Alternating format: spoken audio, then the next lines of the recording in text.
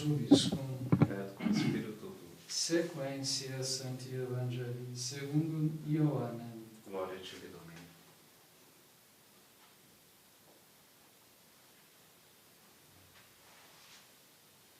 Naqueles dias, disse Jeremias: Senhor, todos os que vos abandonam serão confundidos. Os que se afastam de vós, Naquele tempo, juntaram-se os pontífices e os fariseus em conselho contra Jesus e diziam: Que fazemos nós? Este homem faz muitos milagres.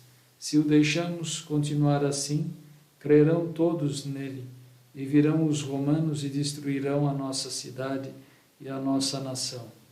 Mas um deles, chamado Caifás, que era o sumo sacerdote naquele ano, disse: Vós não sabeis nada, não caindo na conta de que vos convém mais que um só homem morra pelo povo do que perecer toda a nação. Ora, ele não disse isto de si mesmo. Como, porém, era o sumo sacerdote naquele ano, profetizou que Jesus devia morrer pela nação, e não somente pela nação, mas também para unir num só corpo os filhos de Deus, que estavam dispersos.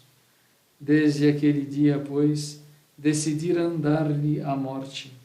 Jesus, por isso, já não andava em público entre os judeus, retirando-se, portanto, a uma terra vizinha do deserto, para uma cidade chamada Efraim, e por lá estavam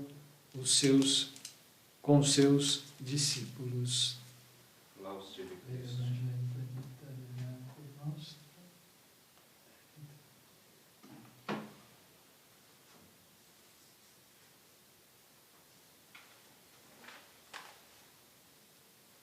Em nome do Pai, e do Filho e do Espírito Santo. Amém. Meus caríssimos irmãos, em nosso Senhor Jesus Cristo, na sexta-feira que antecede a paixão de nosso Senhor Jesus Cristo, a Igreja nos faz lembrar das dores de Nossa Senhora, assim conhecida como as 7 dores de Nossa Senhora. Então, para recordarmos, a primeira dor foi aquela com o profeta Simeão, profecia de Simeão, quando diz: uma espada de dor transpassará o teu coração. Quer dizer, o futuro que te aguarda. A segunda dor foi a sua fuga para o Egito, tendo de abandonar o seu país e ir morar no exílio, na terra de pagãos. A terceira dor, quando ela perdeu Jesus no templo e angustiada o procurou por 3 dias, e também ali ouviu pela primeira vez Jesus lhe respondendo que deve cuidar das coisas de seu Pai. A quarta dor, o caminho doloroso do Calvário, quando ela se encontra com Jesus, sem poder tirá-lo daquele sofrimento, apenas consegue consolá-lo com sua presença e seu olhar. A quinta dor, ver seu filho morrendo na cruz. Sexta dor, tendo Jesus aos seus braços, depois de morto e descido da cruz. E a sétima dor, Jesus é sepultado.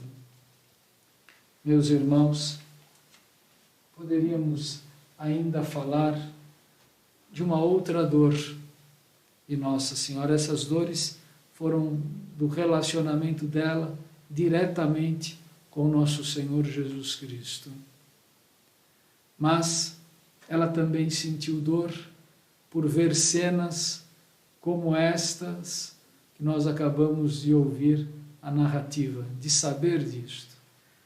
Ontem nós vimos Jesus indo à casa, vamos dizer assim, de um leigo, não é? A casa de Simão, um senhor, um fariseu, que convidou Jesus para ir à sua casa.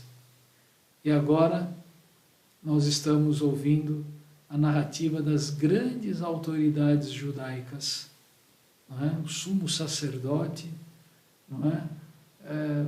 A mais importante autoridade entre os judeus, conspirando para a morte de nosso Senhor Jesus Cristo.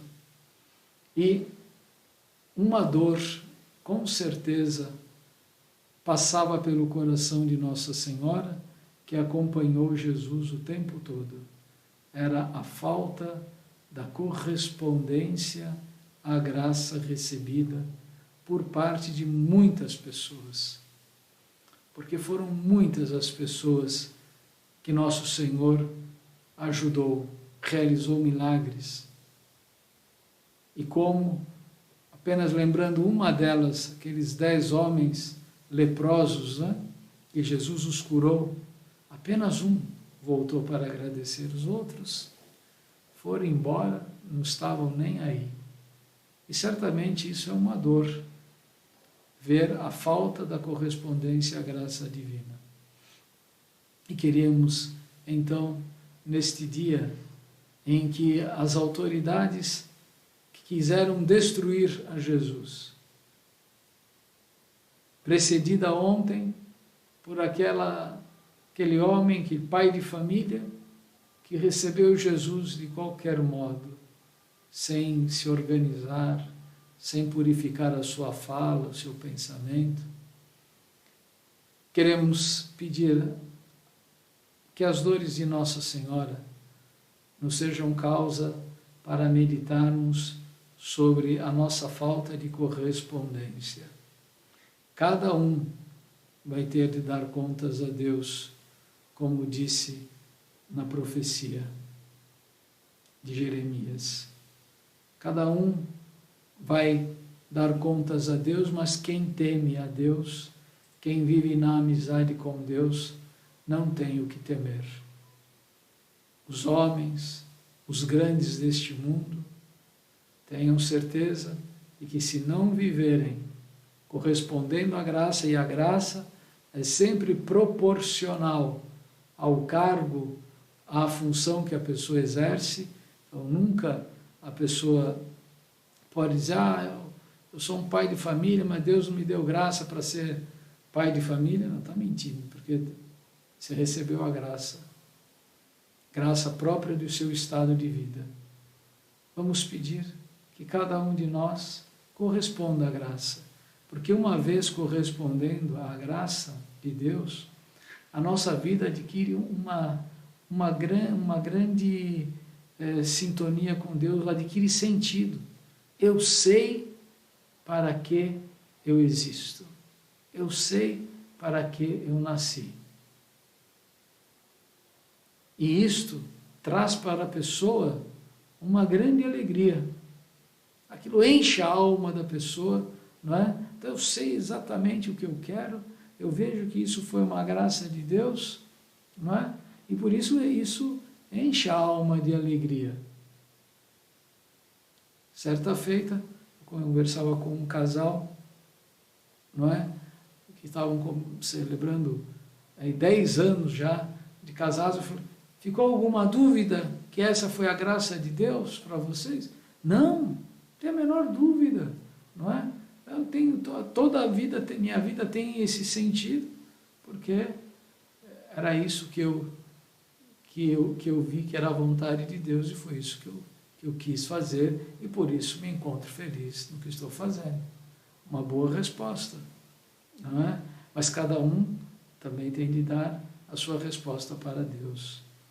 Que Nossa Senhora das Dores nos ensine a enfrentar as dores de cada dia sem nunca rejeitar as graças de Deus. Em nome do Pai, e do Filho, e do Espírito Santo. Amém. Então, nesta terra, foram 7 as suas dores que veneramos, mas no céu as suas glórias são incontáveis.